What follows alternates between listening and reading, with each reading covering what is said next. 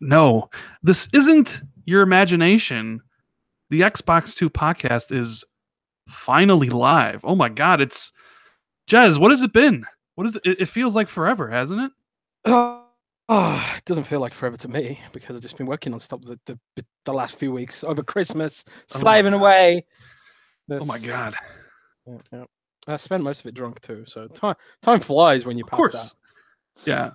Anyways, guys, welcome to the Xbox 2. It's been a while since me and Jez have been able to get together. It's pretty difficult sometimes working out people's schedules during the holidays. And you were sick, right? I wasn't feeling good the last couple days, and then there was whole other stuff like it's the holidays, so like we took the time off. But Xbox 2 is back. First episode for 2018, episode number 35, and oh boy, there is a lot to talk about in this episode.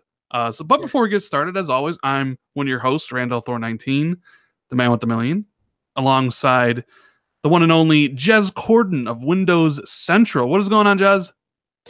Soon, Rand, I'll be the man with the 100,000 game score. Oh, nice. But no completions, though, right?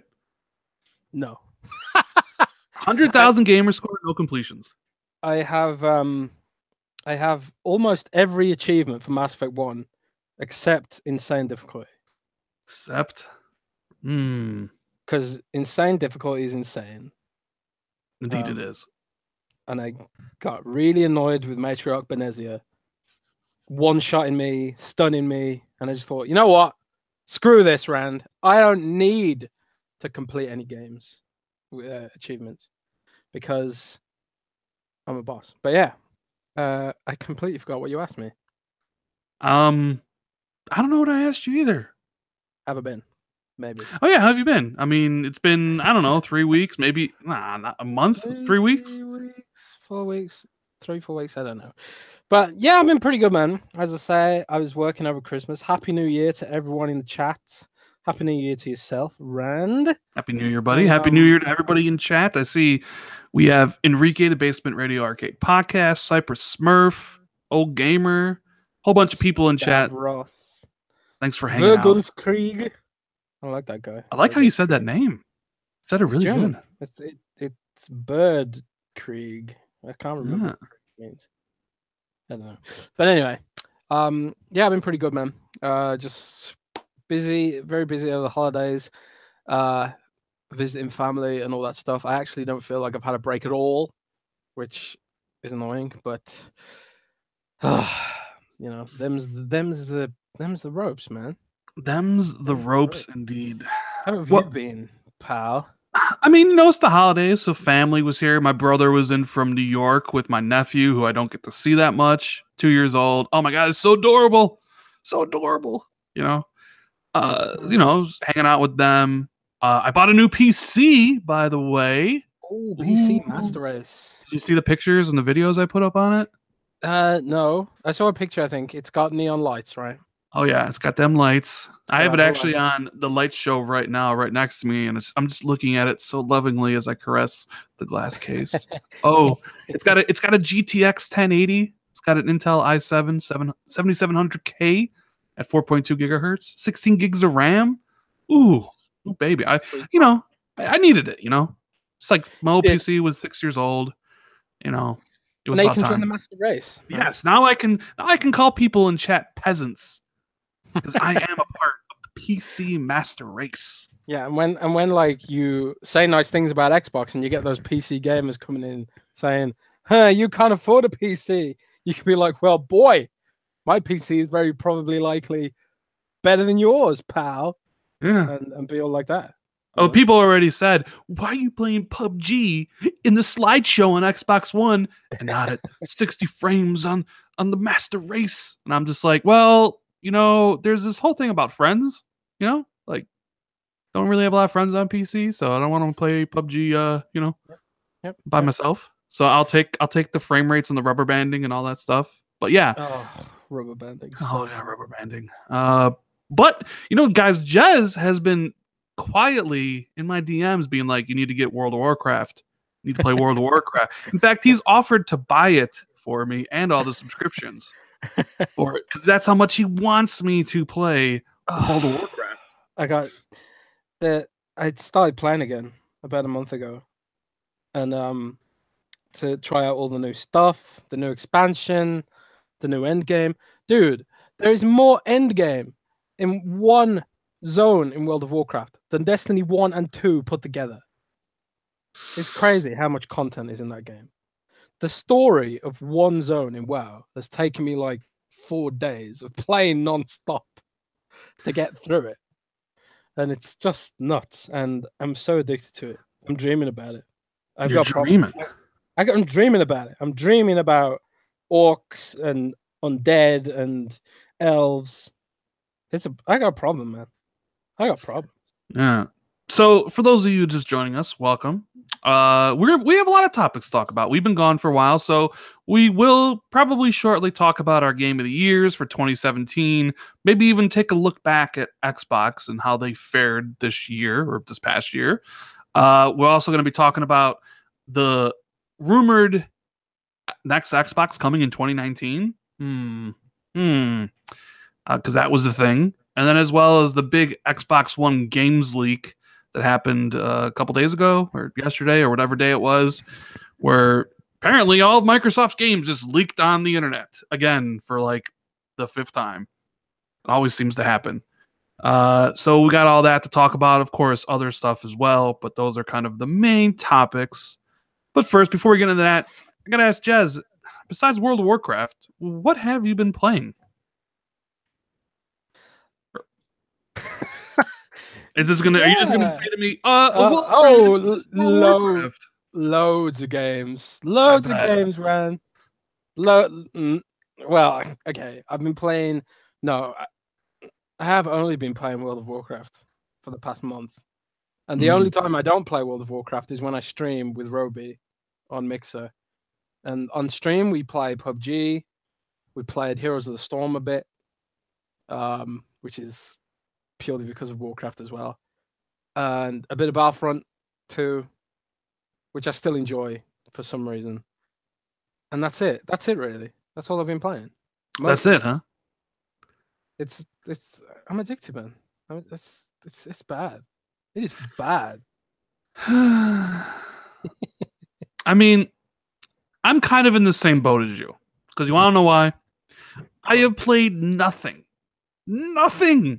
except for the new addiction in my life, which goes by the name of PlayerUnknown Battlegrounds, aka PUBG. It's all I play, Jez. It's all I think about. It's all I play. I haven't played anything else. I literally have 100+ hours in the game already. 100 hours in PUBG. Nerd. I don't know what happened to me. I don't know. I don't know either, because I don't like it that much. I mean, I'm going against the grain, man. I don't like it that much. What's wrong with me? But you don't like a lot of stuff, though. I get bored, man. I get bored walking across a cornfield for 30 minutes. Yeah, but if you're walking across a cornfield for 30 minutes, you're doing it wrong. Well, that's what people say. And like I tweeted this earlier. I tweeted, I don't find PUBG that fun. I don't like Battle Royale games because it's too much running around. It's too much walking. It's like a walking simulator. And but people were like, well, just play aggressively. But the thing is, that doesn't feel optimal. It feels optimal to hide in a bush. That feels like the optimal way to play, is to hide in a bush. If you play aggressive, you die and then you lose. But if you hide in a bush, you get higher up towards that chicken dinner. Yeah, but if you hide in the bush, you're not going to get the equipment you need to win at the end, though. That's kind of the whole. Well, okay, I'm exaggerating, but you know, like when we play, we tend to skirt around the circle. You know, staying out of the middle, staying away from the big population areas. You know, scooping up loot from around the edges and the hidden places. Like scooping, I like how you said that. Just scooping up that loot. Yeah, scooping up that loot. But there's never anyone to kill. I played PUBG today for 2.5 hours. I didn't kill anyone for 2.5 hours. I didn't even have the opportunity to kill anyone. Yeah, I didn't have the right guns at the time. I didn't have. There was no one near me. They were all far away in the distance. And then I got sniped in the back or something. Really I quickly, just Jez, I'm too transfixed impatient. by your new picture. Hmm? Your new picture. What is this? Is this a mercat? Is this some That sort of is thing? that's the new me. That's the new Jez. I decided I am a cat. I'm a cool cat. A cool cat who doesn't like PUBG but loves World of Warcraft. Yeah, and Interesting. Battlefront 2 apparently, because I just can't stop playing that either. But like, I'm too impatient. I'm too impatient for PUBG. You know, even like Battlefield 4 and Battlefield 1, I end up like playing really aggressively because I can't do the tactical stuff. I can't like camp or hide. I hate it. I'm too impatient. And PUBG is I feel like it's a it's a tactical thinking man shooter. I don't like thinking, Rand.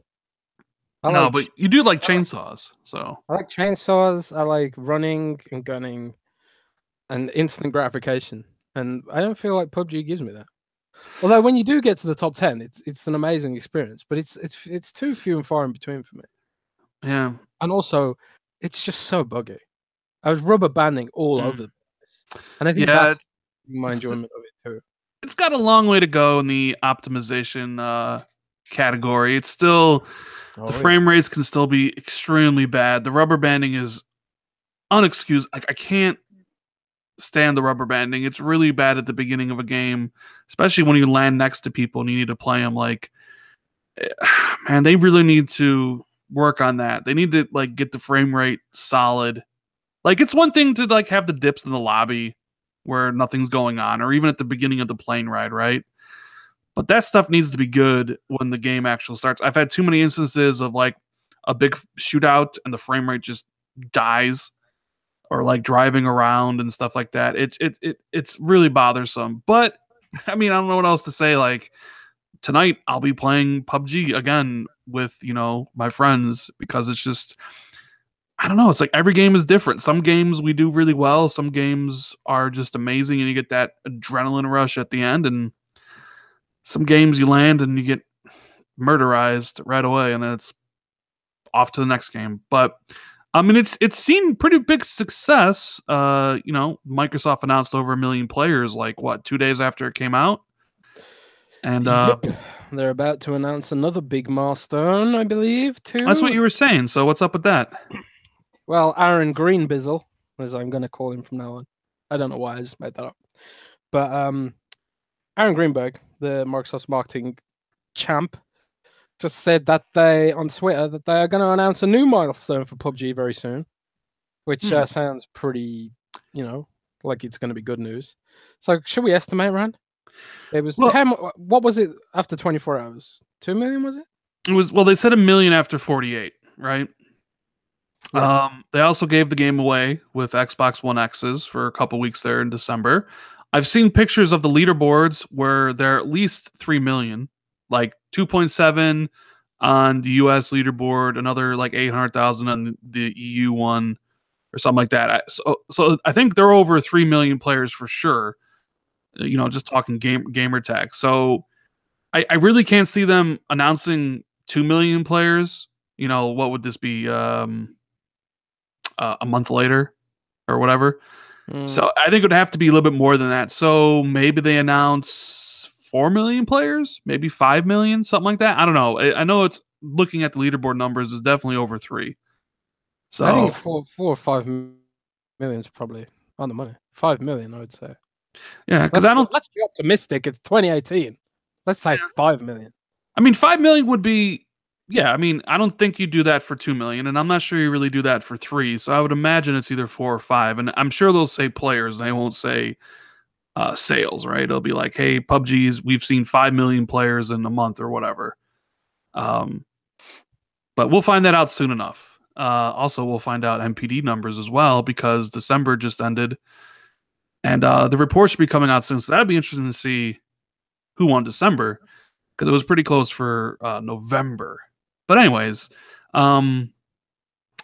What else? Anything else you want to talk about before we get into these gigantic topic lists? I saw you wrote an article about your favorite Mixer streamers and got a lot of heat for that. Apparently, for not watching all the Mixer streamers there are on Mixer. Yeah, that was fun. Oh man. So like I get up and like I've got like these mentions on Discord, and I don't use Discord that much. And it's like what's going on? I don't use Discord very much. And there's this huge drama because I wrote an article about some Mixer streamers people should follow if they're new to Mixer. And there was some fragile egos hurt by not being included on that list, which nobody read, by the way. So Of course not. yeah, Nobody reads articles. Nobody listens to videos. I mean, that's kind of the thing, right? yeah, they're just I don't know. I mean, the whole context of it was these are our favorite Mixer streamers, personally, the ones that I watch. And if you're new to Mixer, I think they would be worth watching too. So I put people like Quick on there because it gives away loads of free stuff. I put the Windows Insider channel on there because it's a Windows Insider channel and there's loads of information for Windows fans on there, and blah blah blah. And some big Mixer streamers got annoyed about it. So I probably have a load of celebrities that hate me now, but Oh, I'm okay with that. I'm okay with that. I just put yeah. them on the hater pile. All the PlayStation 4 fanboys that hate me All for right, some but reason. here's the question for you: Are you an e-celebrity if you stream on Mixer? Yeah, Boom. let's not go there. Yeah. Um. So yeah. You know what? Let's really quickly.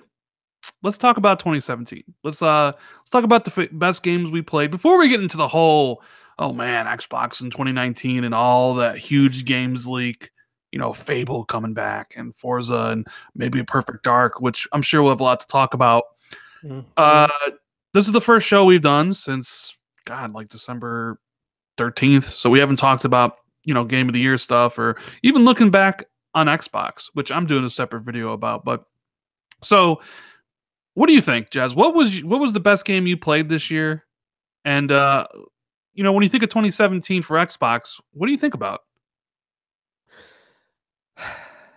Well, the first thing Oh, that yeah, came to you mind, get that sigh, and oh man, you're like, oh, yeah. Azeroth, Blizzard. Blizzard are just the best company, man. They just make all the best games. They've got the best people. They're just the best. It just why can't every game just be made by Blizzard? But anyway, my favorite game of last year, is that what we're talking about right now? Yeah, yeah. What was your game of the year for 2017? What was the game that you enjoyed the most? It was Prey. And I know I know that I'm in the minority here, but I think Prey just really spoke to me, um, in almost a nostalgic way, because Bioshock was the first game that I got on the Xbox 360, and Prey was full of Bioshock vibes, man. It was full of Bioshock vibes. Mm. Um, so yeah, there you go. Cyrus Burke donated $2. Thanks for that, buddy. You better say Prey for your best. I think he means best game. Yeah, yeah, it was Prey. I loved it. It was my perfect game, my personal perfect game. Exploration. They had the Metroidvania sort of elements. There was so much world building in that game. Amazing music by Mick Gordon. I love the shooting mechanics. I love the stealth, and like I played it on a higher difficulty, so like you couldn't just run and gun. You had to like set up these traps and use stealth, and you had to be quite thoughtful approaching certain fights and boss fights. And it was so atmospheric. I loved it. I absolutely loved that game. And yeah, it wasn't perfect. It got really annoying towards the end when there's so many loading screens because you had to backtrack through loads of different areas, and loading screen after loading screen after loading screen. There was some oversights there, but overall, no game really did it for me like Prey did last year. Yeah, that's pretty interesting. I mean, I had it at number, I think 8 on my list or 9. I mean, I enjoyed it too. I thought it could have been better. In fact, it could have been one of the all-time greats. But while we're It, talking about this that chat, nostalgia. It was that nostalgia factor for me that elevated it, I think. Like yeah, I've always wanted something like Bioshock 1. And I don't feel like Bioshock 2 was enough like Bioshock 1. And I definitely don't feel like Bioshock Infinite was enough like Bioshock 1. So like Prey was the closest to Bioshock 2 that I personally wanted. They had all the things that I wanted. So I'm aware it's like when I say praise my game of the year, it's like it's a subjective thing. I'm aware Of of that. course, of course. It's nostalgia. Well, But I loved it, man. I loved it. while we're talking about this, chat, type in what your game of the year is. Be interesting to see how many different games pop up in chat. So, chat, what was your game of the year? Let's put it in there. How many people are going to say Cuphead? Yeah, How many come on. people are going to Tell say us about it. Halo Wars 2, maybe? No, nobody would say Halo Wars 2. There's a Oh, whole bunch of games to potentially be game of the year. So, Horizon Zero Dawn. Wars 2 was my favorite co-op game of last year, I think. Yeah. I mean, you and Roby played that quite a bit. Mass Effect Andromeda. The co-op firefight mode in Halo Wars 2 was really fun. Like the tower defense thing. So it's just a shame it was locked to the expansion that nobody wanted to buy. Yeah, so I see a lot of people saying Horizon Zero Dawn. A lot of people saying Assassin's Creed, Cuphead, Yakuza Resident Evil Zero. 7. Yes, Resident Evil 7. Here's the thing. So for me, it's like I made a disclaimer in my video. It was like I didn't play any games for the Nintendo Switch, obviously, so I couldn't really include Zelda or Mario. And I only got my PlayStation this year, and I was actually going through the backlog. And so I didn't get to play like Neo or Nier Automata or Persona 5. And like I just kind of hit a wall with open world games. Like I have Horizon, which I started. I started Assassin's Creed. I have Shadow of War, but like I just don't want to play an open world game at this point in time, you know? I don't know what it is. Like I'm just burnt out on like Collectathon and like you know what I mean? Like those open worlds is like I need to be in a mood to play that stuff. So when I was compiling my list, it was like, yeah, Edith Finch was amazing, which I gave my indie game of the year to. I just adored that game, and I think Hellblade was my number 2 for indie game. I still need to try Hellblade. Dude, Hellblade is I've got it installed. I just haven't got around to it because of damn World of Warcraft. Man. Someone just called me a fraud, Jez. I'm a fraud? Oh my god. What a bastard. I'm such a fraud. Bastard. Play those open world games around.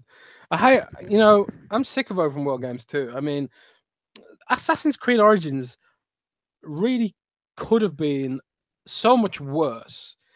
Because it still had the collectathon stuff, but at least they made an effort to add a lot of narrative to its side quests. But Shadow of War was so boring, in my opinion.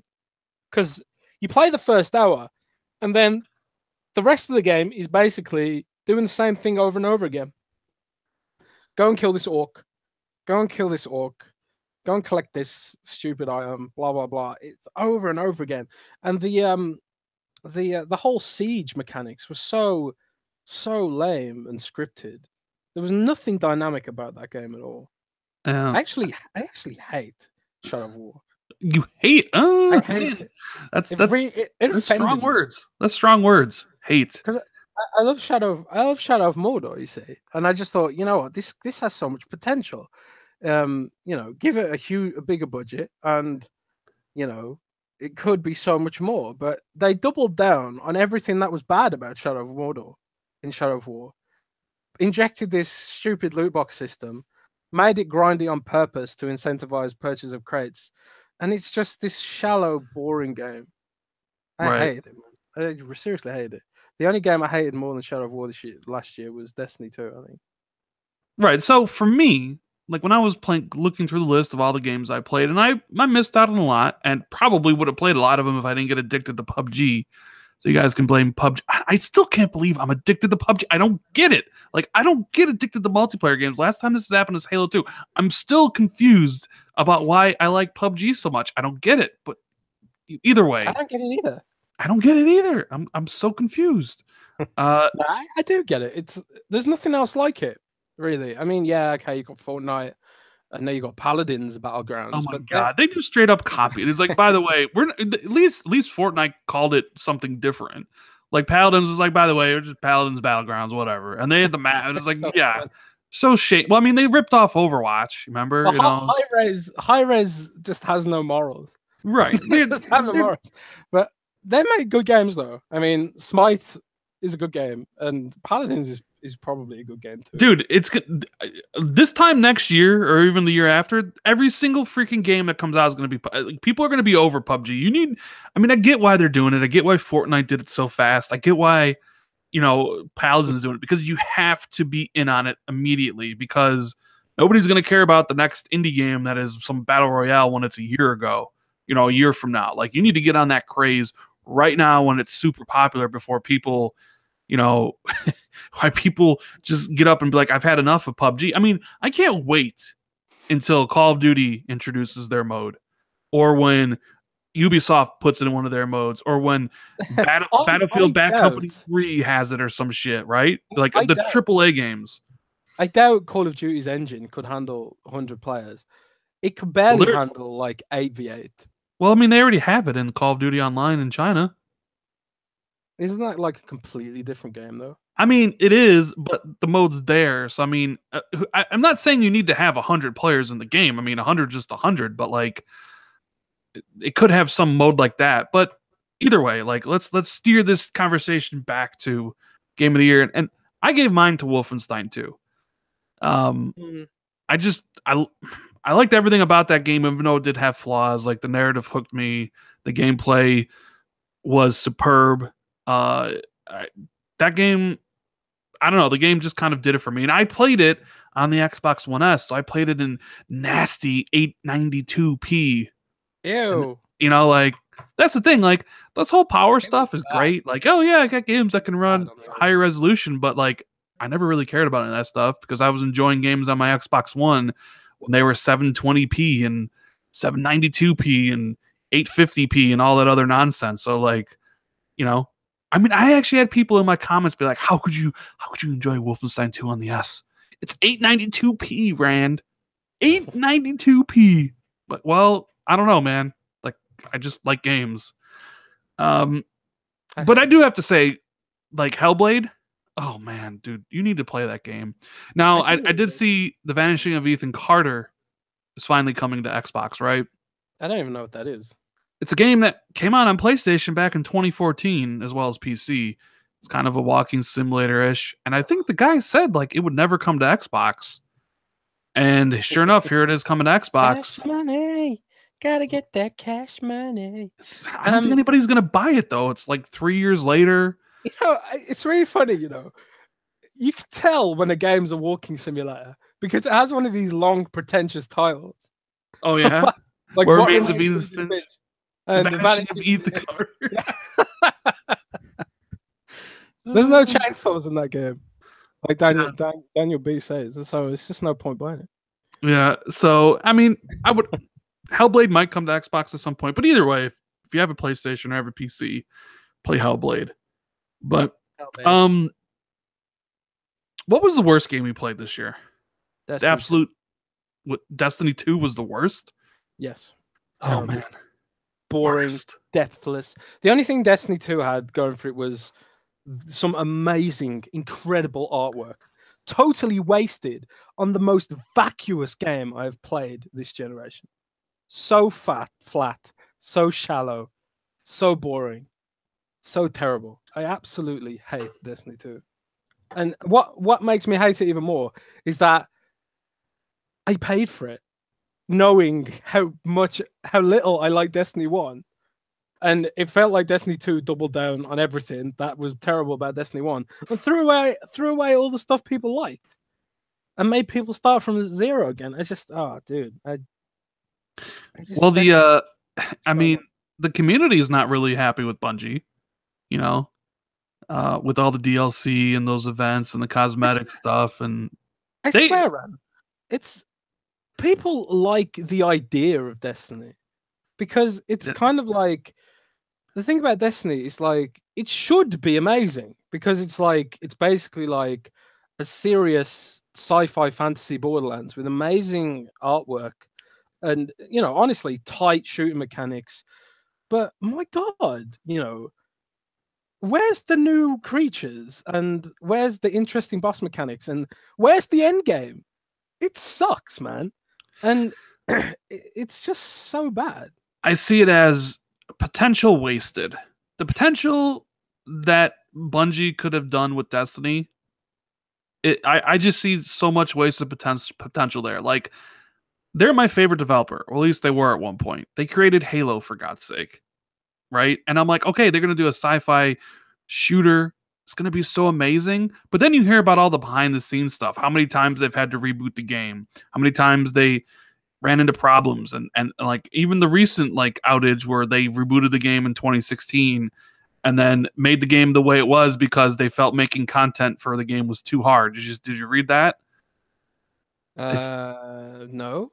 Yeah, it was a Kotaku and Jason Schreier had this whole thing about it, but I don't know who's to blame on this one. Like a lot of people will point their fingers at Activision and be like, "Well, it's Activision," but I'm not so sure on this one.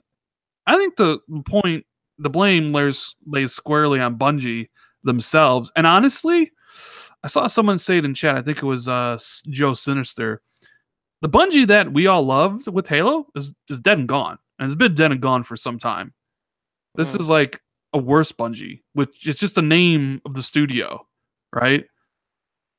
And you're right. Like, I mean, I made my video and I was like, the worst thing that happened this year was the rise of the loot boxes, the pure greed that you saw from companies. You know, the greed that ruined Star Wars Battlefront 2. Because just like Destiny, Star Wars Battlefront 2 is a wet dream for Star Wars nerds, right? It has great art. The game looks gorgeous. And it's just ruined by the higher ups' decision to make the multiplayer progression system tie into the loot boxes. It's like nobody talks about how awesome the game looks or how much it really kind of exemplifies Star Wars. All the talk about Star Wars Battlefront 2 was just loot boxes, right? And the same thing with Destiny 2. It's like the talk isn't how great everything is, like the shooting and the art. They're all kind of like, well, the game sucks, but look at the shooting and the art. It's like the worst aspects of those games just like overshadow the great stuff that those games do have to offer. And that was like the worst thing for me to see is like the rise of these companies just being so greedy that they're willing to just like almost send their game out there to die. And I'm not saying Destiny 2 is going to die because it's like the second best selling game of the year, but I'm never going to look at Bungie the same ever again. You know, EA, like I was really anticipating Anthem. I thought Anthem was going to be great, but because of what happened with Mass Effect Andromeda and especially what happened with Star Wars Battlefront, I don't give a fuck about Anthem anymore. I haven't even put like we wrote I wrote our most anticipated games for 2018 article. I haven't even put Anthem on it because I don't trust EA. I don't trust EA with that IP. I mean the trailer looked amazing. But after Battlefront 2, and like you say, Andromeda, no, you ain't getting my benefit of the doubt on that one, EA, pal. Exactly. And it's just like there are some bad games I played, like horrible. Like what was my number one worst game? I even forget. I didn't really list them, but like Verdun, Rememoried, it was a bunch of like smaller indie titles, right? Verdun is garbage. Verdun was better than Destiny 2. No, it wasn't. No, Destiny 2 is way better than Verdun. I tell you what I liked about Verdun, right? Is that when people die, their corpses stayed on the battlefield. So by the end of a match, it'd just be corpses everywhere. And no other shooter's ever done that. It actually felt more like a war because of that, which is a bit of a dark thing to say.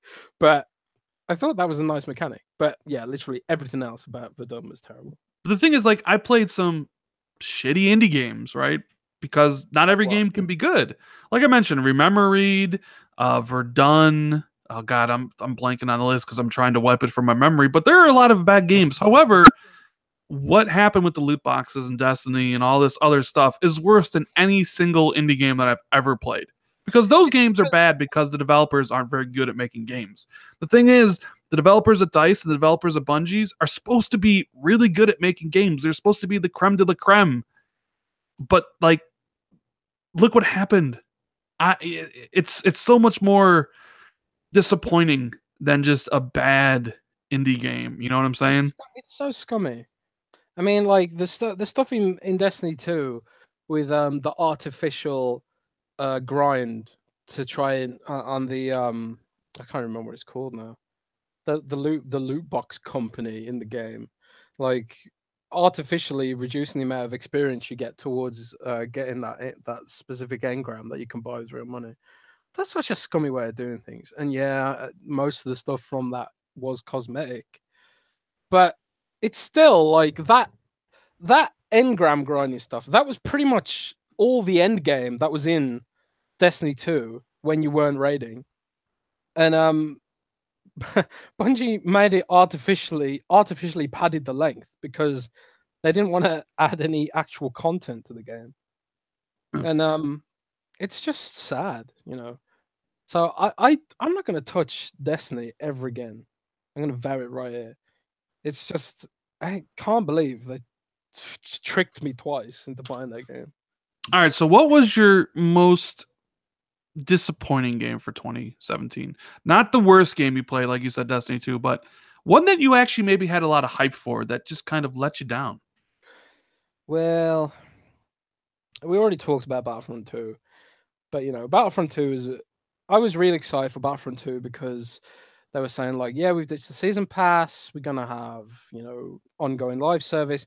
And yeah, I knew there'd be loot crates to support the online service, but I thought maybe there'd be soft loot crates or they would be cosmetic. I didn't know they'd be interwoven with the progression system at a basic level and just derail the whole game. So obviously Battlefront, but that's too obvious. So to think of another one, I really don't know.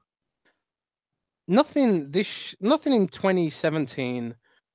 You know what? I'm just gonna say like the whole of 2017 was a bit disappointing for you. Okay. And there was a lot of good games. You know, Wolfenstein 2 was a good game. Prey was a good game.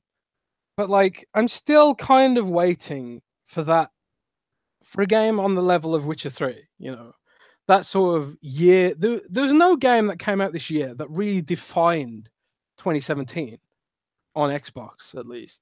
Would you agree with that? I mean, like PlayStation guys had Horizon Zero Dawn, which is apparently very good, and that probably defined this year for them. But for Xbox fans, I mean, there was no game that really reached into that upper level. What game defined Xbox in 2017? That's easy. Voodoo Vince.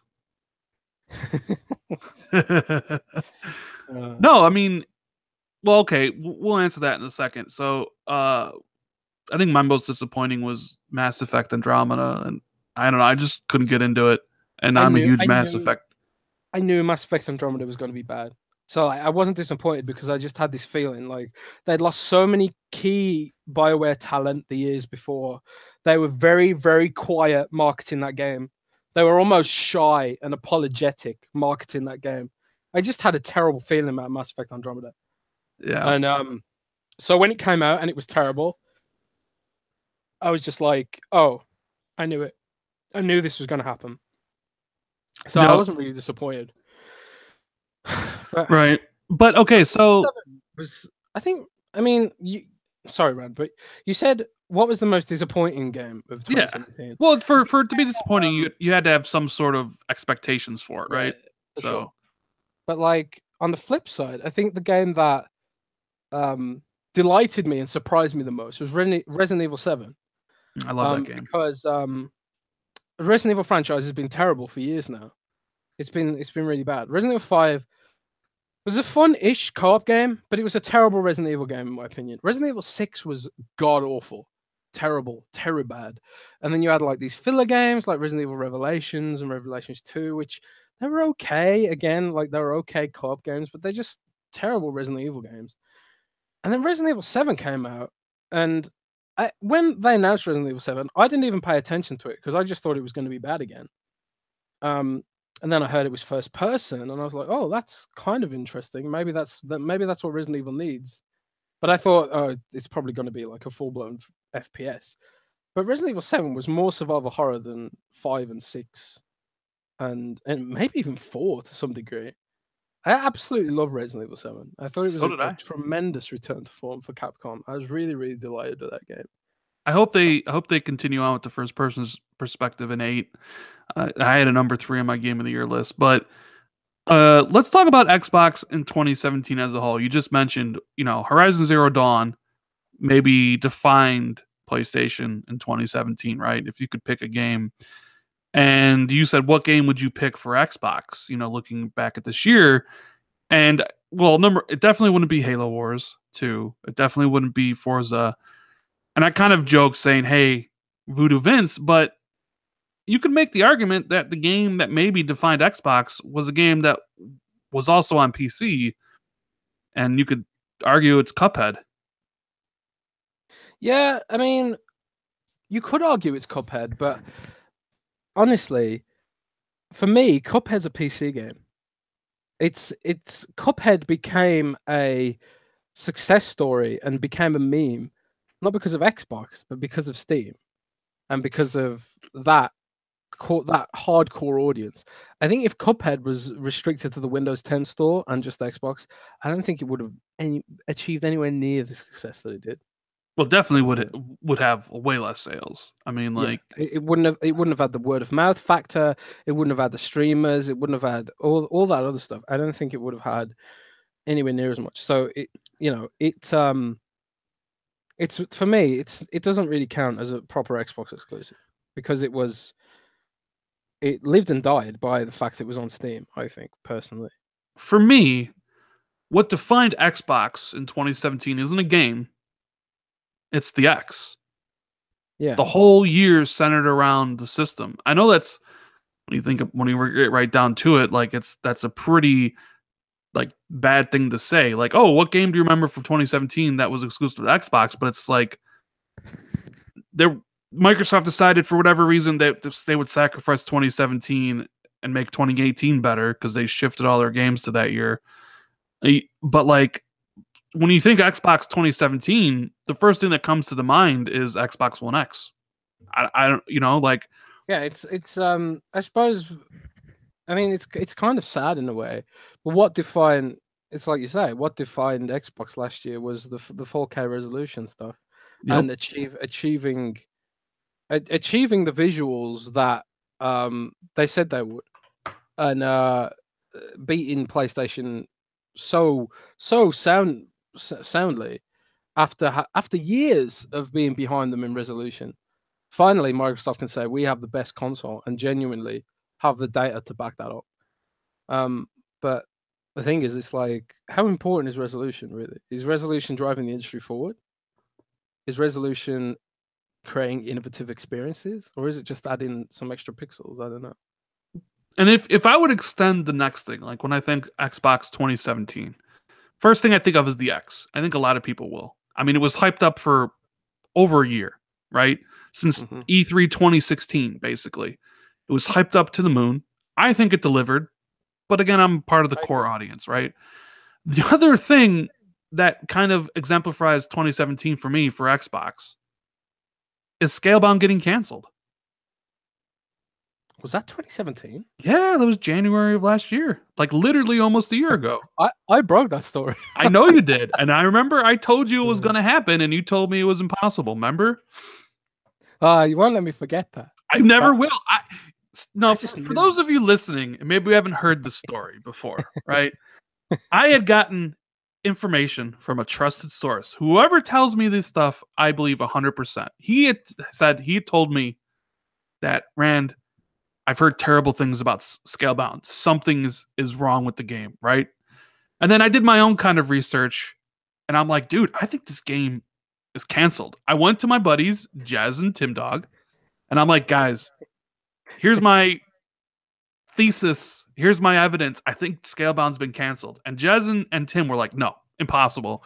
Microsoft would never do that. The game's too big to get canceled. I'm like, well, I'm going to make a video about it because I think it's true. And then Jazz and Tim were both like, no, if you do that, people will make fun of you. You'll be wrong because there's no way. And then I was like, okay. And then literally a week later, Jez gets the call from Microsoft, and they're like, we cancel Scalebound. And I'm like, and I'm never going to forget that because Jez literally told me it was impossible for Microsoft to cancel Scalebound. I knew the PR shit they were going to catch for that. And like, I didn't think there was, and like I said, I met Platinum Games at E3. I spoke to Hideki Kamiya and JP Kellums. They seemed so confident about that game. And like I feel like I'm a pretty good read on people, but they were super confident in Scalebound. The demo seemed like a lot of the combat stuff was fleshed out, you know. So it felt like for Microsoft to cancel something that seemed so solid to me at E3, I didn't believe it. I didn't believe it. And not only that, it's kind of like it was more that what the hell must have gone wrong with Scalebound for them to have cancelled it? I know, right? Like, Something what was wrong for them to? Because that was like that was the game that was like outside the mold of what you would expect from Xbox. A third-person hack and slash with dragons from a Japanese studio. It was like, this is everything Xbox doesn't make, right? It's like so out of the norm.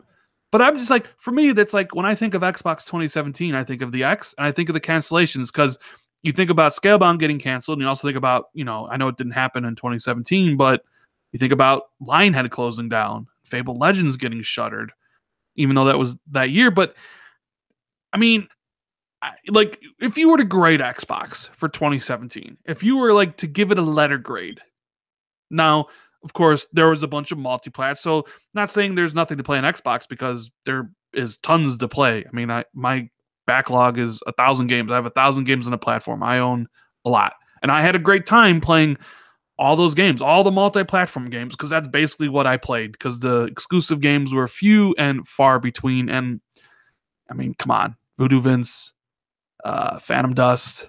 That doesn't cut the mustard for me. You know what I'm saying? Mm-hmm. So if you were to give it a letter grade, what would you give it? If I was to give Microsoft a letter grade for 2017 for Xbox, I think it's probably C plus. C plus. You give them a plus. Okay. C plus. Interesting. C plus. Because they killed Kinect last year. Good. Finally, thank God. Yeah, well, you say that, but by doing so, they conceded IoT to Amazon and Google, which it's nothing to do with gaming, fine, but they have given up Xbox's position in the home, as Xbox had the potential to be the center of the home automation for someone's home, and connected, and all the pieces were there, and they were there years before Alexa, and years before Google Home and all this crap, and Microsoft squandered it. They squandered it. So Alexa's, listening to this conversation. I heard her wake up. Yeah, there is a little bit of weirdness there, where Microsoft had this Kinect, this thing that was a camera, would listen and record video, right? And people were so up in arms against it. I don't want this in my living room. I don't want the NSA spying on me, right? And people were upset. And then suddenly, and now everyone's got Amazon Echo now. And now suddenly Google does it, or Amazon does it, and people love it. People like have conversations with the machine, and it records everything. Listen, and it's like, right? Me and my girlfriend were talking about milk, right? We were talking about buying milk, and then she turns on her PC, and there's adverts for milk on Facebook, and it's like, when have you ever seen an advert for milk on the internet? Ever? Never. In your life? Never. That's scary, and that's but everyone's buying them. Amazon Echo is one of the most popular products of last year, and nobody's talking about the NSA now, and so it's really funny, and like people are saying, like, I don't want any of that shit in my home. Google's recording everything you say in this chat.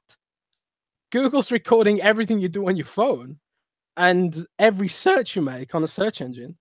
There's no escaping this shit, But for me, when Microsoft totally conceded the opportunity to gain a foothold for Xbox in the living room and in the home, in a market that wasn't necessarily gaming related, by killing Kinect. So that was one thing that contributed to me giving them a C. Well, Enco says it's because they didn't force it on people, and that is true. That is true. Kinect was forced on you if you want an Xbox One. You don't have to get Alexa. It's like that's your decision. So Yeah, there's that's something true. to be said about that. Totally true. I agree with that wholeheartedly. Microsoft totally fucked up Connect. They totally fucked it up. They forced it on people, and also it was bad timing because the whole NSA thing had recently come out, and it's and forcing it on people was the end of Connect. The fact they forced it on people and they couldn't offer a compelling reason to gamers why their console was going to be $100 more than the PlayStation for this camera that a lot of people just didn't want. I loved getting in from work and saying Xbox on, and then my TV booted up and my sound system booted up and my Xbox booted up. I loved that. It was futuristic. It felt more futuristic than my Xbox does now, sitting on the desk giving me extra pixels, but no longer controlling my television and my TV box and stuff like that, or signing me in with face recognition. My Xbox feels less futuristic now than it did back in 2013. But it's Microsoft fucked it up, and this year they admitted they fucked it up and killed Kinect once and for all. Cancelled the adapter sales, cancelled the sensor sales, and that's it. Kinect is dead, gone, Yeah. buried. I mean, And, it's to me, it was like too little, too late at this point. Connect is one of the reasons where Xbox is at. One of the worst things that ever happened to Xbox was the fact that Connect sold well. yeah. I wish Connect came out and nobody bought it because they thought people wanted it, and they built the system around it, and well, look what happened. They went to insane lengths to market the original Connect. They actually they believed in that product. They paid for advertising on Oprah Winfrey and what's that other guy? Like one of the American late shows. They paid for advertising in those. This program sponsored by Connect. They held like celebrity parties in LA with David Beckham and people like that to market Connect and try and get like high level influencers on board to make Connect the norm. They were totally trying to ride that Nintendo Wii wave with Connect and stuff like that. They spent a lot of money. I saw that Connect had a marketing budget of $500 million. But I think that figure later was debunked to some degree. But that was reported that Connect had a marketing budget of $500 million. Which is it was successful, and you could argue it was successful because of the marketing, but I think its success was detrimental to Xbox's future. Clearly, people didn't want it. They tried packaging it in, and now the Connect adapter is gone. So if you wanted to buy it for $40, you didn't get it for free with the S. If you have a Connect there, I'm sorry, your only options are to basically go on eBay and buy a used one for $200, or go on Amazon and buy one for $300. They're ridiculous prices. And honestly, you know what? Microsoft did say, "Hey, your accessories will work on the Xbox One X," and they should have put an asterisk that said "except for Connect," because they didn't for whatever reason. And yeah, here's the thing about 2017. It's a year that I think that I hope serves as a lesson to the people at Xbox and whatever. This is a year to forget, but to learn from. It can't ever happen again. It's not, man. The thing, I tell you what, the truth about 2017 was, Ran. It's a transitional year. I totally believe Xbox knows what it's doing. But the thing is, the strategy that they've put in place will take time to gestate. And 2017 was a transitional year. 2018, 2019 is when we're going to start seeing Phil Spencer's vision for what Xbox is. And killing Connect is part of that. It's getting rid of the old and moving the resources, moving the developers over to what Phil Spencer's vision for Xbox is, and what the Xbox team, the new Xbox team's vision for Xbox is, which is something very different from what Don Matrick's vision was. Don Matrick wanted to set up Don Matrick wanted to set up a bloody entertainment studio and make original programming. That's so far removed from what Phil Spencer wants. And it's very far removed. But you brought it up, right? 2018, 2019. So I figure this is a good time to segue into kind of the main two topics, even though we've been talking for an hour. But hey, it's a gaming discussion. That's what me and Jez do here on the show, right? Sometimes we go off tangents and just have a nice little chat. But Xbox, the next gen Xbox 2019, we're going to talk about that. Now, Dreamcast guy was a YouTuber, about 85,000 subs, made a video, said that he has a trusted source in Microsoft at Xbox that told him that the next Xbox is being worked on, which you said yourself months ago, right? The next Xbox is being worked on. It has a code name, which everybody should know. Like the next Xbox, PlayStation, Nintendos are probably all being prototyped and planned, prepared for really, they're always working on the next thing. But he says that it's coming out way sooner than everybody thought. So it's coming out, according to him and his source, 2019. So the next gen Xbox is coming in 2019, primarily because they are scared of Sony folding the entire PS4 audience into the PS5 before Microsoft has a chance to release their next gen system. So Microsoft's going to get the jump on Sony first and release the next gen console before Sony does. Jez, is this true? Is there a kernel of truth to this, or what do you think? I mean, what are your thought process on this whole next gen Xbox in a year from now, basically, a year and a half, or almost 2 full years, but 2019, next year? I'm gonna say no, and I know that they're making a new Xbox. I know they are. It's got a code name and everything, but just think about this. If they're gonna have a new Xbox next in 2019, they're not gonna be able to keep that shit secret, and it's just gonna disrupt the Xbox One X. You know, if there's a slither of truth to this, it's gonna leak because shit leaks. I mean, look at all the X leaks. My leaks and other people's leaks, and GDC is coming up soon.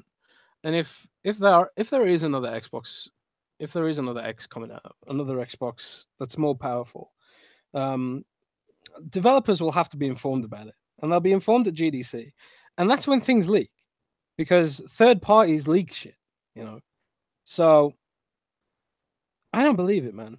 I mean, but again, I've been wrong before. I was wrong about Scalebound being cancelled. So I would be so surprised if they released another Xbox in 2019. But I mean, how shocked would you be? How shocked would you be if, like, next year they're like, by the way, we got a new system coming out in 2019. It's the next gen Xbox, plays everything, because I'm assuming it would play everything, the Xbox One games, 360 games, original Xbox games. But I feel like the games on the system, unless they're cross-gen, would be exclusive, like kind of how the Xbox One is. So you would be shocked if they had the system ready next year. I wouldn't be shocked, because the end of the day, there's no written rule that says consoles have to have a shelf life of 4 or 5 years. There's no written rule. Apple's releasing a new iPhone every year, and people say, "Oh, that's a silly comparison." But the thing is, there are people out there who will buy it. If you make something, people will buy it. People will come. And in that respect, if we are creating these change resilient games, where like the games are developed with dynamic scaling in mind, and basically they can be switched up to 4K res or switched down to 4K res, dynamically based on the hardware it's running on, why not make a more powerful Xbox One X? I mean, seriously, why not? Just because some people will be upset that their console's obsolete now? I mean, do people get upset that their iPhone's obsolete? I don't know. It's like, you don't have to buy these things. They are for people who want them. Is it like, if you're a grown adult and you are jealous because someone has the disposable income to buy a new console every few years, that's weird to me. You don't have to buy the new console every year. I don't think if they released a new Xbox a new Xbox in 2019 and the selling point is that it does 4K 60, I don't think I'll buy it. Yeah, but you say that, but you'll get sent one for a review though. Well, yeah, but Well, yeah. if I wasn't given one for review, I don't think I would have bought the Xbox One X either. But okay, I didn't want to buy. I wouldn't buy a 4K TV and a new console, just to play these games, because I admit I didn't have to pay for my 4K TV because the company bought it, and I didn't have to pay for my X because I got a review in it. But Jez, but think of the reasons why people upgraded next gen in the first place. You say you wouldn't buy it if the selling point was 4K 60, but what if the selling point was like the new Gears is only on this new system? Well, the new, I think it very well will happen. No, won't happen. I'm telling you right now. I'm going on record. Hold on. I'm going on record right now. When the next Xbox comes out, whether it's 2019 or 2020, whatever games are made specifically for that system will not be on the Xbox One or the Xbox One X. No, why not? I'm just saying, I'm on record right now. Those games, whatever the exclusives are, they will not be back. They will, like, it won't be back compat. Like, yeah, the system will be back compat with the Xbox One and the 360 and stuff. Yeah, your games that you buy on the Xbox One now and the Xbox One X, you'll be able to play on this, whatever the next gen system is in 2019 or 2020 or 2021. However, any games made specifically for that system will not run and will not work on those Xbox. I'm putting it out there. That is what I think. So make the case for your thought process, saying like that I'm wrong and everything will work. They'll somehow have Gears 6, running on all platforms. Gears 6 definitely will run on all platforms. 100,000%. I got on record right now. Gears 6 will work on the Xbox One X. I know for a fact. Because that's the whole point of UWP, Rand. And that's the whole point of UWP, is that it can scale up and down to ridiculous degrees. Sea of Thieves can run at 640p because of UWP. You could run Sea of Thieves on a potato. And that's the whole point of UWP. And Gears of War is made with UWP compatible middleware. Now, when it comes to third-party games, maybe you're right. Maybe third-party games won't use UWP compatible middleware, and the games won't be change resilient, which is what Microsoft calls it, the development techniques, blah blah blah. Gears of War 5, sorry, not Gears of War 6. But so maybe those third-party games that are developed using more, clunky methods, shall we say, maybe they won't be change resilient, and maybe they will be Xbox One XX2 exclusive. But I do believe that any UWP game like Gears of War 5 will be fully compatible across the whole spectrum. I don't think so. Even if they could, I think they wouldn't bother.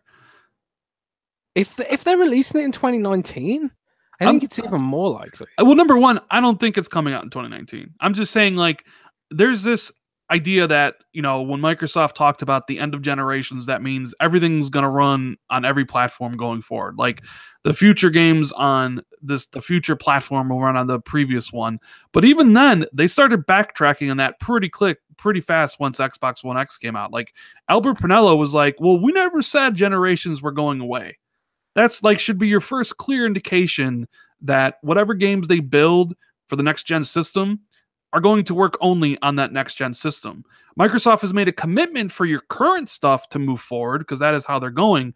But I use Gears 6 as an example because I think Gears 5 will be on the Xbox One itself, but I'm talking like the next one, right? The one that is made in 2022 that is exclusive to this next gen system that has 16 gigs of RAM and 500 million teraflops or whatever you want to say it's going to have. Like, that game won't run. It'll be on PC. It'll be on Windows 10. It'll be on this super next gen Xbox. But like, if you want to play that, you're going to have to upgrade from your Xbox One to this platform. But that's just my thought process. You disagree. You think it'll be on everything because that is UWP, but who knows? It's interesting to talk about. Now, what do you think about the idea of like Microsoft being scared of Sony rolling over the entire user base from PS4 to PS5? Like, do you think there's some validity to truth there? Because I kind of think. What do you mean by that? So, Dreamcast guy says that the reason Microsoft is going to release it early is because that Microsoft is terrified that they're going to lose the generation before it even begins, because Sony is going to have this PS5 with these specs, and they're basically going to roll the 90 million audience that they've, whatever they would have at the time, basically just roll that over to the PS5 and then just win right from the beginning, and Microsoft wouldn't even have a chance. Because if you think about it, who's in a better position to release the next system first? Microsoft just released the X right now. It's not even 2 months old at this point, or just about 2 months old. The Pro came out last year. The Pro's old, and like you see the Digital Foundry comparisons. That chart that went viral that I made a video about, people losing their minds because they see the resolution differences between the two systems, that may or may not get more pronounced as time goes on. So Sony may be sitting there thinking, you know what, it's been a while since we released the system. We're releasing the PS5 in 2019. Microsoft may not be ready. And if Microsoft is going to have their next-gen system, and if they can't get it ready to compete with the PS5 and it's a year later, what happens if you release the system a year later? Sony has a 1-year head start. I mean, look back to the 360. That 1-year head start was crucial to the 360 gaining market share, mind share, getting the majority of those third-party exclusives, the people deving on the 360 first and then porting it to the PS3. It went a long way, even though it created the red ring of death, into making the 360 the gamer system, the system that you bought because it had all the third-party games. It had the best online. But if Sony's able to get out there first, a year before Microsoft, who knows what happens at that point? By the time they release the Xbox 2 or whatever you want to call it, shameless plug, it could be all over. Sony could have 20 million sold. I mean, they're just sold 20 million now. I mean, there's that to think about as well. It's complicated, man. It's kind of like, does Sony really need to rush the PlayStation 5? They're destroying Microsoft regardless. If I was Sony, I'd probably use this time to ride the wave a bit and, shore up my finances and continue crushing Xbox as they have been. But there's no guarantee that the X is going to change the Xbox's fortunes, and there's no guarantee about these rumored games that are on the horizon. All the games that Microsoft have planned and the AAA games, they might all suck again. They might all just fail to resonate, like Sunset Overdrive and Quantum Break, which in my opinion were good games, but nobody else seems to think so. I don't think Sony needs to rush itself. And I mean, who's to say they're rushing it though? I mean, the PS4 is going to sell regardless of whether or not the PS5's out, because the people looking to buy PS5 are the hardcores at $400, and at that point, whether it's 2019 or 2020, the PS4 is going to be $199, $150. The people buying it are going to be price conscious consumers, like kids or parents buying it for their, it's a whole different market at that point. And then you roll over the hardcore, the ones who actually buy the software in droves, and they start buying the new games. I mean, you don't want to wait until your product's completely dead. You kind of want to get the next product out there as when, the current one kind of starts getting to that point where it starts to decline. So Sony may, we both know these things are in, like, they have this all planned out, right? Like when the price drops will happen, when they're going to introduce the new stuff. Maybe Sony feels that 2019 is the year, but I honestly don't think it's the year for both. I think 2019 is actually too early for an Xbox and a PlayStation. I honestly think they both launch in 2020. Yeah, I think that sounds reasonable to me. I think 2019 is way too early. But at the same time, it's like, if the product's right, is it such a big deal? I mean, I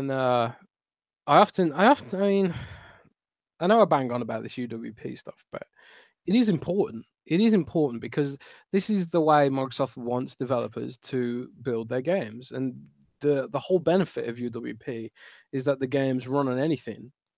any compatible hardware with very little effort on the parts of the devs to make them scale across all sorts of different devices. So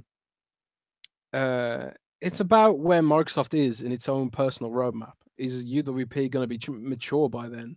Because it still isn't mature. It's still a clunky system. It works okay on Xbox, but there's all sorts of problems with UWP on PC. And God, the Windows Store. We don't even talk about the Windows Store.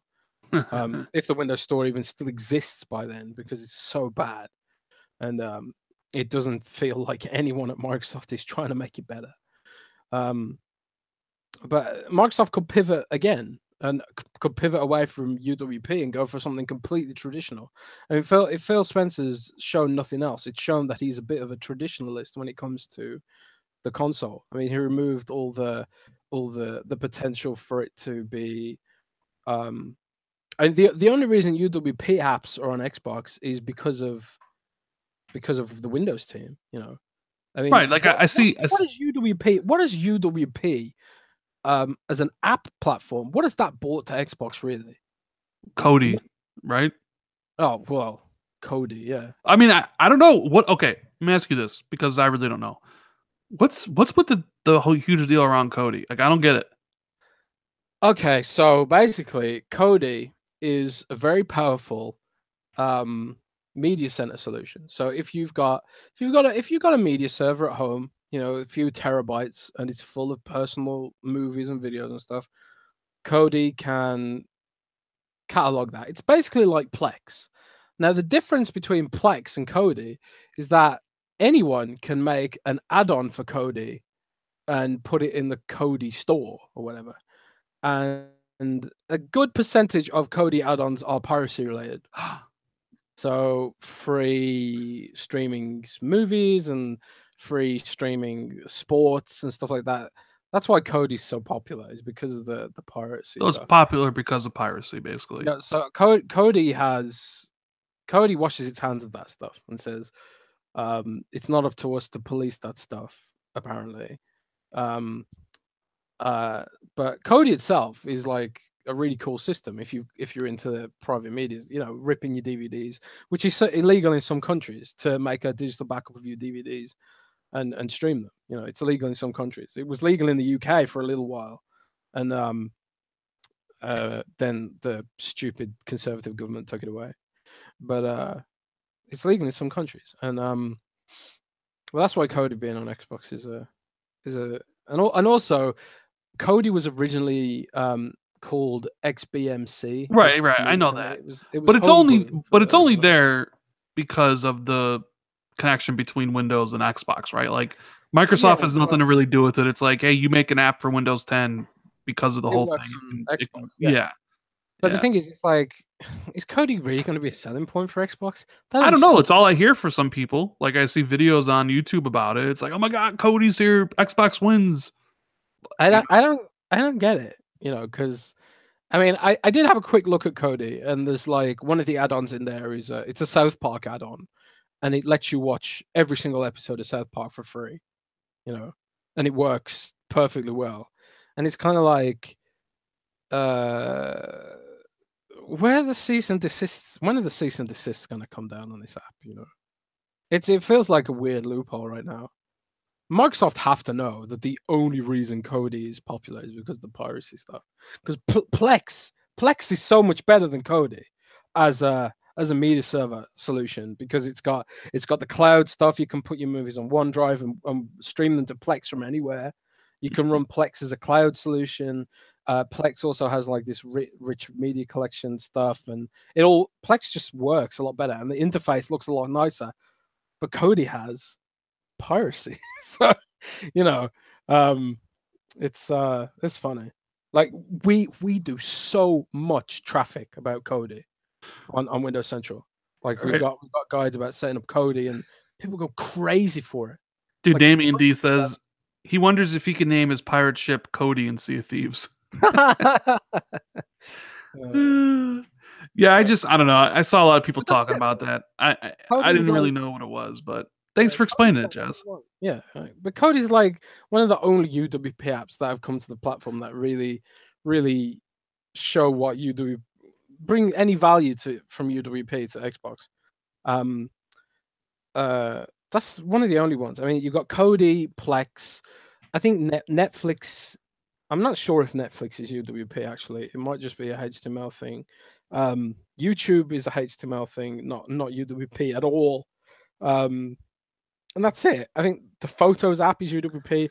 The new Avatars app is going to be UWP, but it needn't have been. They could have just used the old system. So, but you know, the only reason UWP is on Xbox is because the Windows team want it to be. I don't think Phil really cares about it. If they cared about it, Connect would still be a thing, because you can use Connect to control smart devices via your Xbox. But yeah, I guess I'd have to look into it more. I don't know. Like I like the idea of streaming movies pirated and stuff like that. It just doesn't really appeal to me. Whatever. Now the other kind of leak, I think the more maybe legitimate one, happened on Reset Era from the new NeoGAF. And if you polled people and said, what is the one thing Xbox needs to fix? I would imagine the winner of that poll would be the exclusive games issue, right? Because to me, I feel like Xbox has everything else except the exclusive games is done great. The hardware is great now. The services on Xbox Live are phenomenal, right? Everything's there. It's almost a complete package. And the one thing it's missing is just the games coming in the future. Yeah, we know about Sea of Thieves and State of Decay and Crackdown, except we've known about State of Decay and we've known about Crackdown and Sea of Thieves for years now. Hell, we've known Crackdown's been coming since 2014 and Sea of Thieves since 2015. So they're long in the tooth. They've been in the works for a while. What people want to know are about the games coming in the fall of 2018, and especially what's coming in 2019 and 2020. That is what people want to hear about. That is, they want assurances that something great is coming, like PlayStation gives their fans. Sure, people harp on PlayStation for constantly bringing up God of War and Detroit Become Human and Death Stranding and Last of Us, and they don't really have release dates, but they're coming at some point. But the difference is PlayStation fans have something to look forward to, like something to anticipate years from now, which is good. And people want that on the Xbox side. And we just haven't known because they're not talking about it. We both heard behind the scenes that Microsoft is heavily investing in new software, right? It's just going to take time to mature and get ready. And this leak is basically a guy who correctly released some information back in 2016. He has some weird backdoor access to some Xbox Live networking API or something, right?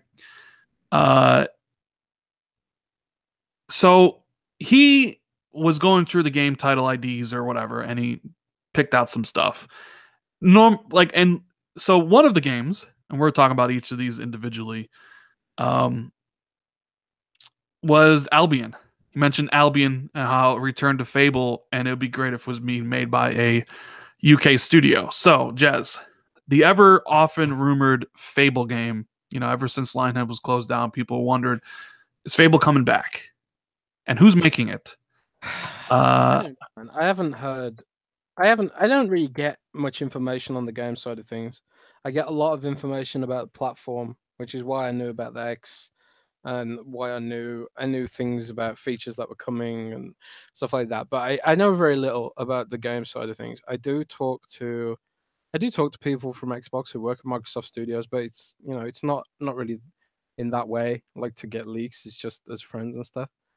And I'm sure they always assure me that AAA games are coming and blah blah blah blah blah.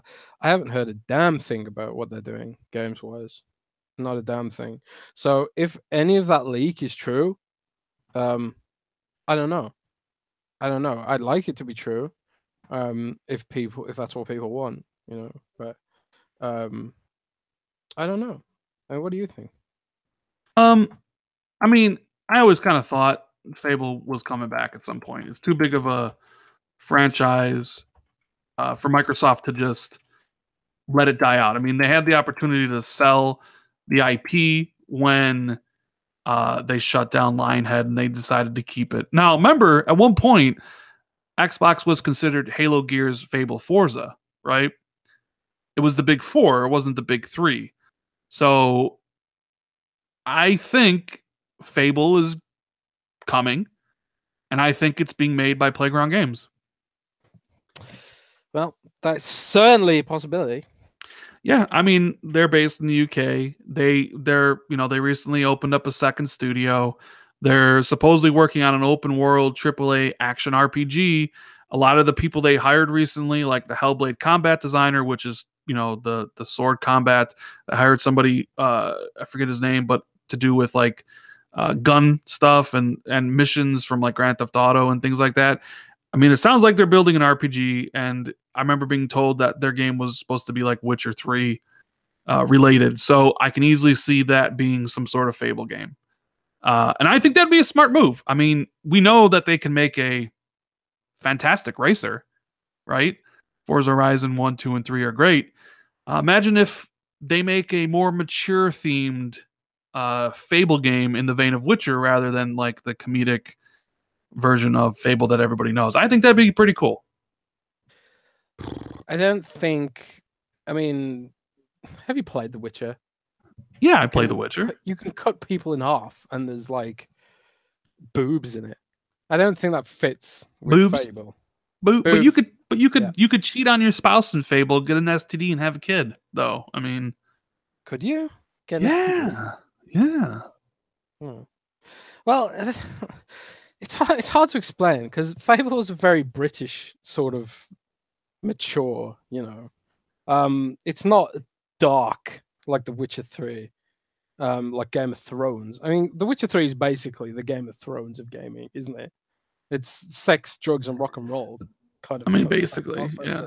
I can't see that happening for Fable, but I think something that grows with the audience, like how the Harry Potter movies they start off kind of childish and they literally grew with the audience, and then the final movies are pretty dark, to be fair. I mean, all the fans of Fable are basically people that grew up with Fable as younger Xbox players, blah blah blah, and now they're all grown up and they're nostalgic for Fable. So I think some kind of like a more mature version of Fable would be awesome. But Rand, is it a sequel or is it a reboot? I don't know. That's kind of the question. Is it Fable 4? Is it a gritty reboot of the entire series? I mean, it's interesting. Like, and I mean, I don't know. I don't know what else to say. I mean, like, I think Fable's coming back. I wouldn't be surprised if Playground Games was the one making it, as like their job listings and what they're making point to a Fable 4. They haven't announced what publishers, making their new IP yet. So I would not be surprised if, Microsoft and Playground Games are collaborating on Fable 4. But I mean, Fable coming back isn't that big of a surprise to anybody, right?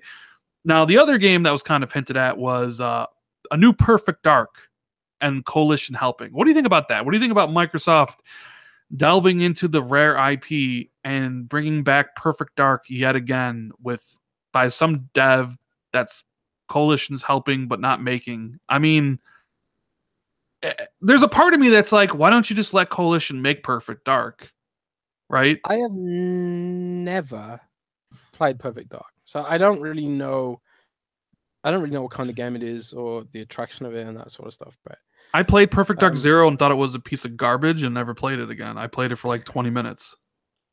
I think the thing is, if any of this stuff is true, what that says to me is that instead of cultivating new IP, what Microsoft want to do is they kind of want to breathe new life into names that people already know, because new IP is hard, especially when you've got games, service-driven games that captivate so much of the attention and the audience. If all you care about playing right now is PUBG, and then this new game that you've never heard of just pops up in your feed, you ain't even gonna look at it. But if it's like, oh, a new Fable game, you know what that is, you know what to expect. Your brain has already made that connection and done half of the work for you. and Microsoft doesn't have to sell it. So I do think it's smarter to bank on existing IP than make new stuff. Even if it is just like a new game, but it just uses the name. Like if the new Fable game is basically a really dark action RPG, and it's sort of takes inspiration from Fable, but it's actually a completely different game, new game, blah blah blah. I think that could be really awesome. And like, you know, Objdadon, sorry if I pronounced that wrong. OBJ, dude. That's my homie, OBJ. OBJ, all right. He says, new IP ain't hard, just got less studios to be creative. I mean, creative is one thing, it's execution is the issue. You know, it's like there's so many creative games out there, but it's all about execution. Can they execute on their vision? Can they execute within budget? Can they hit those development milestones which buried Scalebound and stuff like that? It's all about these complicated things. And also, like, we now live in a world where developers want to, or publishers rather, they want to monetize their games with ongoing payments and microtransactions and stuff like that. And it's like there's so many. It feels like it's become AAA has become so complicated, right? It's like everyone wants AAA really badly.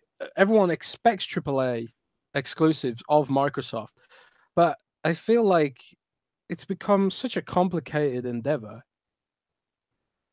compared to what it used to be. And these mega studios like CD Projekt Red and Rockstar and you know and on some of these other companies, they've pushed the boundaries so far about our expectations for these kinds of open world games, especially open world RPGs like your Skyrims and your Fallouts and stuff like that. It makes me wonder if Microsoft can find the right talent to Well, I mean, create that's part of the this process, stuff. right? Is trusting in the people that you hired to make something worthwhile, and then you have to market it. Like obviously Microsoft trusted people at one point. I mean, they did Rise, they did Sunset Overdrive, you know, they did Alan, you know, Quantum Break, Recore. I mean, they did it. It's just it didn't really meet with sales success. So maybe they thought we shouldn't do this anymore, or maybe they thought we'll do this later. And yeah, in this leak, I mean, you have a bunch of games that are basically old IPs or returning IPs. Now, the guy also mentioned that like he doesn't really know what to look for, so there could be something new mentioned and he just wouldn't know because you know what a new IP would be, you know, he wouldn't know what to look for. But I mean, you have the Fable thing, which I think is true. You have this Perfect Dark thing, which is it's like okay, like maybe you should have continued on with the Perfect Dark when you reintroduced the world of Perfect Dark Zero. Like I'm not really sure gamers are like knocking down the door for a new Perfect Dark. Like I see people wanting Fable, right? I don't really see there are large contingent of people be like, yeah, give us back Perfect Dark. And then not only that, but like the coalition's helping, but they're not making it. It's like, well, couldn't you let them make it? I mean, is Coalition a big enough studio where they could make Perfect Dark, but on like maybe a smaller scale and still be working on Gears 5 at the same time? Like, I don't see what's wrong with that. And then the other leak is okay, Crackdown has 4-player co-op. We all knew it had 4-player co-op. They announced 4-player co-op at E3. I mean, you've said that. I mean, plus I see you see people in the comments and I see on Twitter like, what's with the whole Crackdown 3 has been canceled stuff? Like, Crackdown 3 has not been cancelled. I know it hasn't been canceled, but why are people saying it's been canceled? I don't get it. I don't know. It's because they haven't really spoken about it since, and it's supposed to be launching soon, isn't It it? ain't launching anytime soon. I'm telling, like I said when they first delayed that game, I said don't expect that game for at least another year. If I had to guess, Crackdown 3 launches in September. That's my prediction. Crackdown 3 comes in September, and I don't think it comes before E3. I don't think it comes before E3 either. I think we'll get Sea of Thieves. In fact, I know we'll get Sea of Thieves before E3. Everybody knows, Jazz. They give out the release date of the trade. Yeah, I guess, but it's this they delay things so often. It's like hard to really truly know. But I know things that I can't say because of NDA. But Sea of Thieves is going to be a big deal. Honestly, Yeah, I mean, I Microsoft know that game. there are features Sea of Thieves they haven't Ooh, announced yet, ooh, but I can't tell anyone. But they are ooh, amazing features that make ooh. me sexually aroused. Oh man, does it have chainsaws though? Sadly, I don't think so. But it has other things which I very much love. Things akin to my love of chainsaws. Yeah. But So yeah, it's gonna be a big deal. the I can't. whole It's the I'm doing. the whole Crackdown 3 thing being canceled is just what would you call it? Fake news? It's not cancelled. I know it isn't. I spoke to someone last week about it. Yeah. They said it's coming along nicely. The delay has done amazing stuff for the game, and it's a much more solid. It's a tighter feeling game because of the delay. So there's no way that's delayed. I know it's not delayed because I spoke to someone at Microsoft Studios about it literally last week. Yeah, it's not So canceled. I've also heard similar, like the delay is really helping with the game, and similar to the whole, the Sea of Thieves stuff. Basically, Sea of Thieves was supposed to come out, but they let Rare make the game the way they wanted to make it and gave them time. And look how it's turned out. I think the same's going for Crackdown. It's not delayed. You know, I don't know why people are saying it is. They're not talking about it yet. They're not ready to show it again. Hopefully, when they do game, show it again, it's in a better state and maybe the multiplayer destruction stuff is there. But um, the game I'm most worried about right now is State of Decay because State of Decay. I saw my State of Decay behind closed doors at E3, and it just looked like State of Decay 1. It had the same enemies, literally exactly the same monster types, and I think even the same animations, the same zombie animations from the first game. Yeah, it looks a lot more polished, and it's got 4-player co-op now, but the gameplay loop was exactly the same. You drive to a location, you set up some base facilities arbitrarily, and travel around harvesting the resources until you run out, and then move on. It didn't feel any different to me. So that's the game I'm most worried about right now. Mm. Even though, like, to be honest, I wouldn't mind if just having more of the same because State of Decay was so awesome with 4-player co-op. I wouldn't mind that so much. I was just hoping like it'd do something new and fresh, but they didn't show any of that at E3. So I'm hoping that they've got more. There's more to it. Because from what I've seen, there isn't. But I'm not really. Crackdown 3 is not my kind of game, but I'm not. I'm optimistic about that given what I've heard. But the game that I am most looking forward to from Microsoft next year by far is Sea of Thieves. Like I Yeah, I said, mean, I know things. I you've know things. talked It's just about gonna it. be You talked crazy about your constantly. love of Sea of Thieves. It'd be interesting. Finally, we're a couple months away, from the game launching and people Oh knowing no, exactly what you do in it. I was told no loot boxes either for Sea of Thieves. No loot boxes. Interesting. That'll definitely go against the load. A lot of people are thinking would be in Sea of Thieves because the idea was like, oh, well, Microsoft has. I mean, it is true. Like Microsoft has a lot of loot box s things in all their games, right? Well, Uh, I was told no loot boxes. I wasn't told no microtransactions. well, I mean, okay, no loot I boxes. was told no RNG loot boxes. So I think they might do because the whole game, the whole progression of the game revolves around cosmetics, right? I think what they might do is just sell cosmetics. Um, kind of like Titanfall 2 did, Mm. maybe. I know they're gonna monetize that game because they want it to be a service driven game. Um, but I was told no RNG loot boxes for Sea of Thieves. So Well, that's interesting. That's interesting. So what else was in the leak? So we had Fable, we had Perfect Dark, we had Crackdown 4-player co-op. Oh yeah, Forza Horizon 4 being set in Japan. I think Um, that'd be awesome. I think it'd be pretty cool as well. It's Uh, not gonna make Xbox sell in Japan though. no, well, I mean, nothing's gonna do outside of them folding Sony in or like Nintendo or something. But yeah, I mean, we knew new Forza was coming this year. It wasn't on my most anticipated for 2018 list because, well, I mean, it's not announced yet, so I can't really include it. But you knew Forza Horizon 4 is coming. I mean, after the success of Forza Horizon 3, which, by the way, is getting its Xbox One X enhancements on January 15th, so 10 more days to go to see how Forza. Dude, that game's going to look so good. I mean, it already looks great, but that game looking in like 4K, man, it would be great if they added like a 1080p 60 mode to it. But I'm down for Japan. You know, it's like at this point they've done 4 of them. It's like where are you gonna go? You know, you did one in Colorado, you did one in like the countryside of Europe, you did one in Australia. There's not that many places, exotic locales to really go to anymore. But Japan is one that not a lot of racing games go to. So you could have a lot of city driving, a lot of drifting stuff, a lot of neon lights. I already can picture it in my head. I think that game's going to be great. Whether it's set in, you could have bikes. You could have bikes. And bikes. The Akira thing. Oh, no, Akira with the light trails on the motorbikes. That'd be sick. I was thinking I could play Forza Horizon 3 on my PC. Probably at ultra and amazing. Does any Forza game have motorbikes in it? No, none of them do. Why?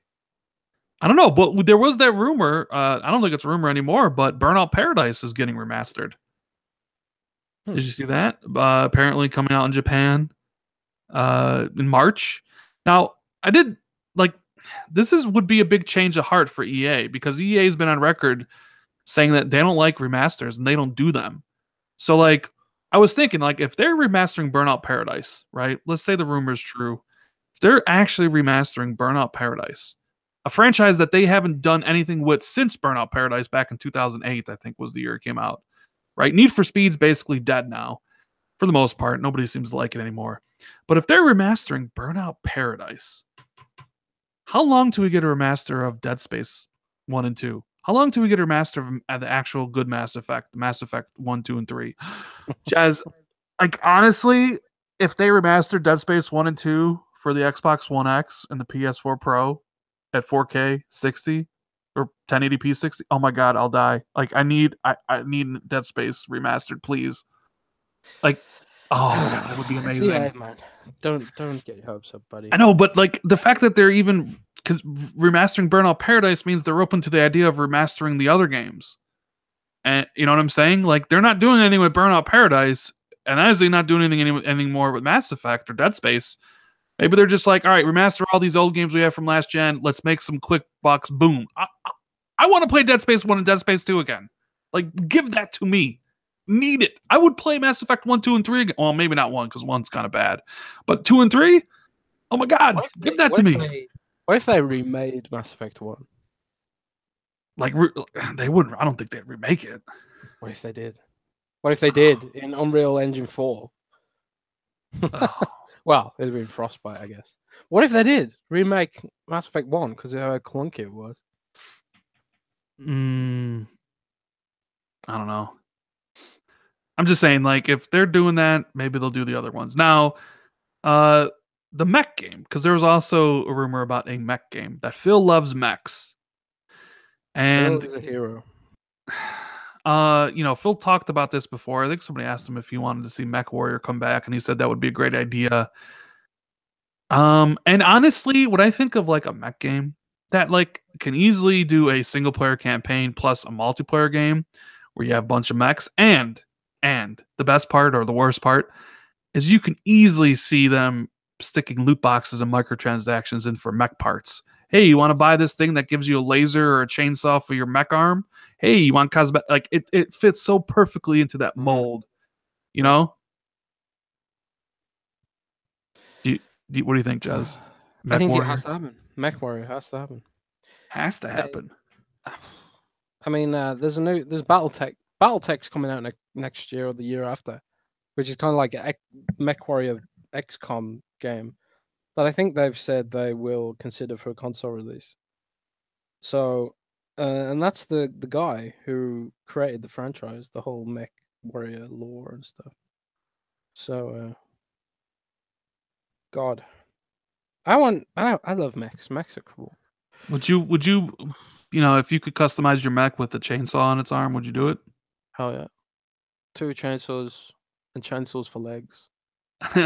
Lady Foxfire says, I think Rand wants loot boxes. No. I just can see the potential. And when, they're going to pitch these games to Microsoft, I'm sure they'd be like, and by the way, we can have loot boxes. Think of all the things you could do with the mech. Yeah, it's kind of sad that's what we expect now is that the game can only survive if it's got loot boxes in it. I don't think that's the case, really. I think I don't know. I don't know, man. I don't know, man. You don't know. You I don't don't know. know. I do know that I'm sleepy though, Rand. I'm sleepy. Oh, you want to end the show? You want to get to the end of it? I think we should wind it down because it is midnight here almost. We've Oh, been podcasting for almost 2 hours. almost 2 hours. Well, not exactly yet, but yeah, it's getting close there.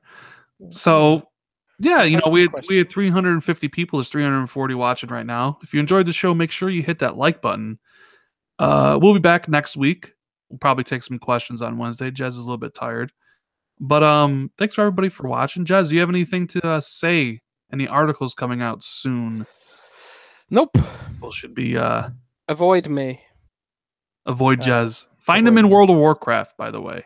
What server do you play on? Everyone.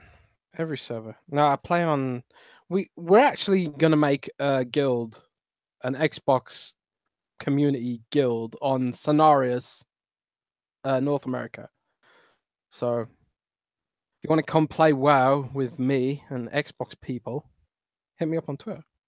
Yeah. And as always, Jez is making articles on Windows Central. Follow him on Twitter. It's his link is always in the description of the video. As for me, I'll be making videos. I have a look back at Xbox 2017 one I'm working on, as well as predictions for 2018 for both Xbox and PlayStation. So I'm working on both of those, as well as whatever video kind of pops into my mind, like the one about the Xbox One X resolution chart and PS4 thing that people lost their minds about yesterday, which I thought was a fun video to make. Thank you guys for watching, hanging out with us. Really appreciate it. Make sure you hit the like button, subscribe to the channel if you're new or haven't already.